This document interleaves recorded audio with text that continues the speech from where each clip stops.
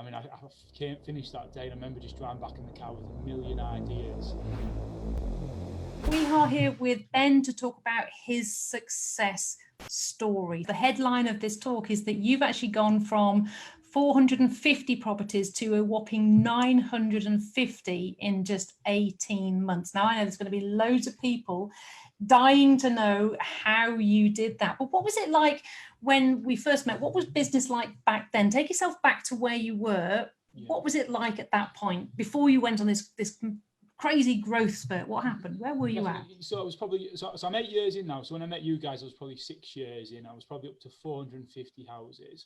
And what felt like was good, I was very much just getting numbers and numbers of properties, and I was competing on cheap fees, and it felt like a busy idiot. So although we had like a decent sized agency of 450 and a number of staff, I wasn't making any money, and I just knew there was something not right.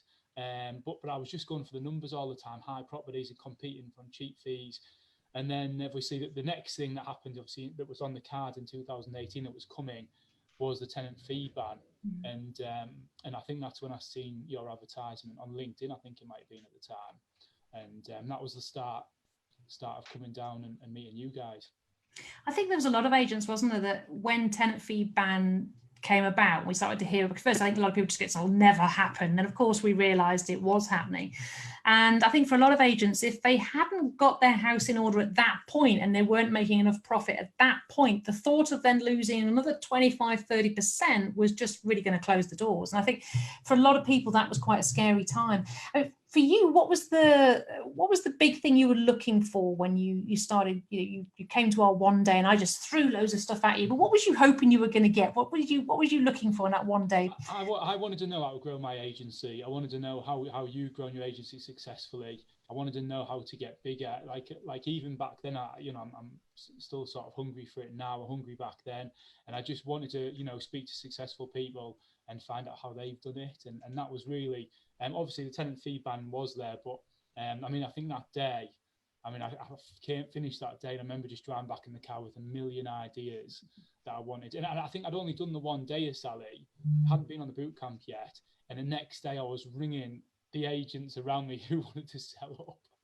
I was literally fueled, I think. And yeah. I remember you actually. I remember how excited you were and just how passionate you were, obviously, about your business anyway. And it just kind of seemed to ignite a fire in you, really, which was just great to watch. And I was doing some things right, but some things like, I was getting the numbers in, but just being a busy idiot. I wasn't, competing on value and offering a better service and, for higher fees. I was just competing with the agent down the road, charging, 6, 7, 8%, and although, I was driven, I wasn't really doing it how it maybe should be done or right.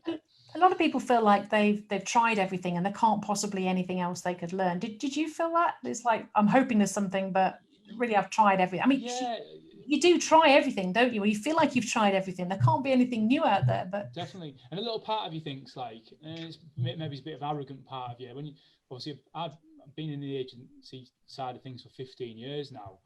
So 2 years ago, maybe I did think I knew everything. Maybe I knew landlords. I know landlords won't increase the fees, and I know this. But actually, it's only when you take yourself out of that bubble and speak to you guys and network with other agents, you start actually, re-educating yourself. You think, what? I don't know everything. There's so much more to it. Amazing. And so what happened then? You left that one day. I know you did boot camp. What was the first thing you did to really sort of start to transform your business and make a difference? Before boot camp, actually, before boot camp, I started, I was wanting to grow the portfolio. So I started ringing around agents. I remember you, Sally, educating us on looking for the signs of agents wanting to sell up, which I remember at the time was, poor right move photos, coming up to retirement age, signs like this. And obviously, everyone knows agents in the area. Some of them you might be friends with, some of them you might not be, but I certainly know quite a lot of them. So I was quite happy to pick up the phone call. I remember calling 6 of them, and 4 of them wanted to have a coffee with me. And like you taught at the time, it's not ringing up just saying, I'll buy you out type of thing. It's like, look, do you fancy a coffee? See what your plans are for the future, and then just open doors. So then I started getting the first one lined up, I think for the May, but I went on the boot camp in the March. I had the first one lined up for me, and then we came on the boot camp in the March. And then when the boot camp, that was just opened even more doors and ideas. Wow. So how long did it take you to get your first acquisition then, Ben? From meeting you guys in November, and then I think we completed on it in the May. And then, wow, so and then 6 months. 6 months, yeah. Amazing. And then since then we've done four. We've done four Wow. now. But we did a big one. The second one was a big one. It was my old agency where I trained. You might have seen the social media at the time, so it was quite a nice thing to, you know, my old boss was amazing, but to take over the company he trained at, and you know, I knew some of the staff there as well, which was just amazing. Yeah, so it's been fantastic. Yeah, it's a real learning curve. It must be. So, I mean, to go from 450 to 950, I mean, there's a lot of structural changes there as well to the business and the systemization, the managerial layers. I mean, must have had a huge amount of work to do over the last 18 months to go from point A to point B.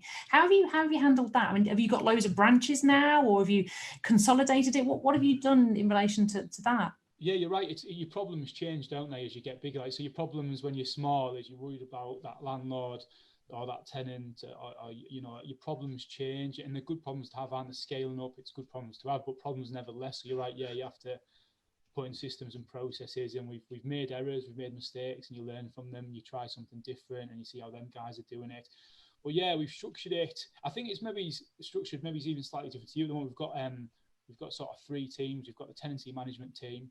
Call it tenancy management. That was one thing I learned off you guys. Tenancy management team, not property management team. And then we have different teams in the tenancy management, managing so many properties, to try and keep that personal service with landlords, because that's a massive problem you have when you scale up, is losing that personal service. But you try and keep it as best you can. So we have the tenancy management team. We have the lettings team, which is a front end sort of letting salesy team. And then we have sort of the marketing and social media team with a couple of people in that.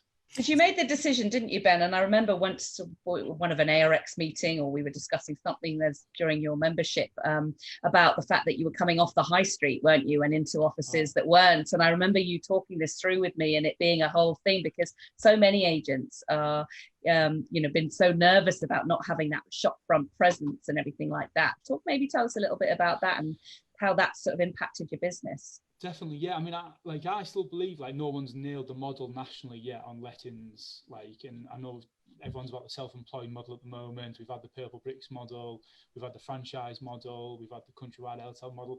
I don't think anyone's nailed it yet, and it's definitely there for someone just to get the right thing right.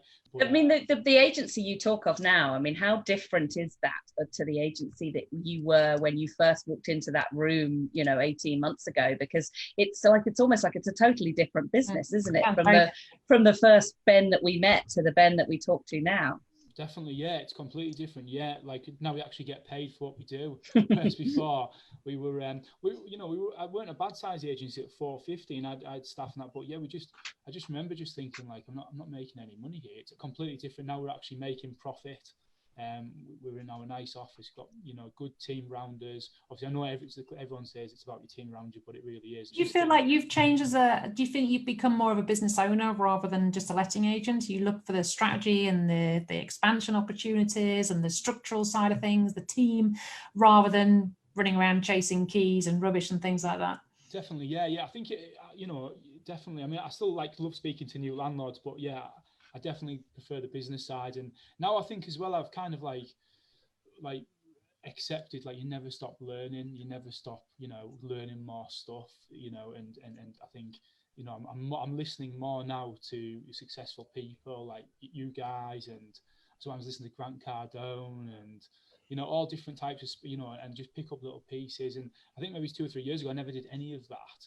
You know, I was just like, Ben and his letting agent thinks he knows it all and isn't growing, and now I'm just like trying to learn as much as I can off other people. What was the moment, Ben? Can you remember when you were obviously, you know, with us in the room, or you came to boot camp, where you just sort of something switched inside you? Because I feel like with you, that's what happened. Something just switched, and now you know, you've gone over the last 18 months and just attacked the world, which has been fantastic. But can you remember the moment that you sort of thought, moment? Yeah, I think it was on the one day. It was when I first met Sally on the one day. Yeah, definitely. It was within probably the first half an hour.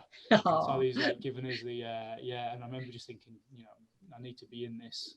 I remember you were like, you were doing someone an offer, Sally, and you were like some offer, like, and I remember being the one that was waving the most at the back like this, and I think you gave me it at the time. But yeah, it was on the one day, and after that I just knew I had to be I had to throw myself into it, and yeah.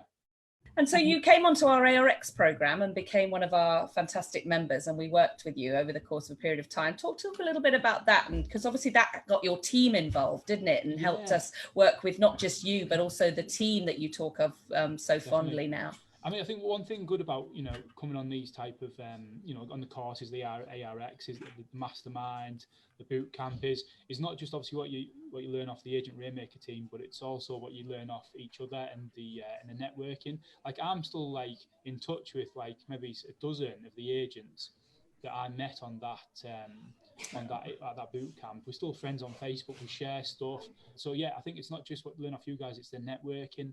And obviously, I brought my team in at the time, and you build up this fantastic network you can tap into any time, which is amazing. And it's really unusual, actually, in our industry, sales and lettings, for agents to meet up with other agents. It's quite a new thing. Before Agent Rainmaker, I was all involved in NALA for 20 odd years, and you'd go to events, but nobody would really help anybody because they're all seen as competitors. But actually, we're not. If you think about it, we are competitors, but we're all doing it a little bit differently. So if we all help each other, we all get better together. It is my mindset, but a lot of people probably wouldn't agree with that. Do you feel that, well, you already said you've grown from talking to other people, but how would you feel if one of your fairly near competitors asked you for advice? Yeah, I mean, I would say I have a reasonable, good relationship with most of the competitors in town. I would like to think if they're watching this, they would agree. But it's always strange, isn't it? When they're local to you and the direct competitor, maybe everyone has that attitude, a bit more of a closed book.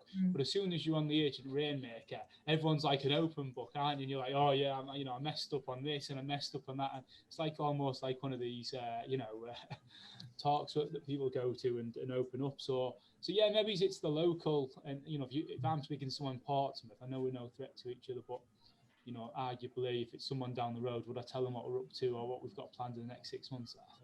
I don't know. Yeah, it's one of them, isn't it? Really. So what's the next 6 to 12 months to 3 years plan for you then, Ben? What are you up to now?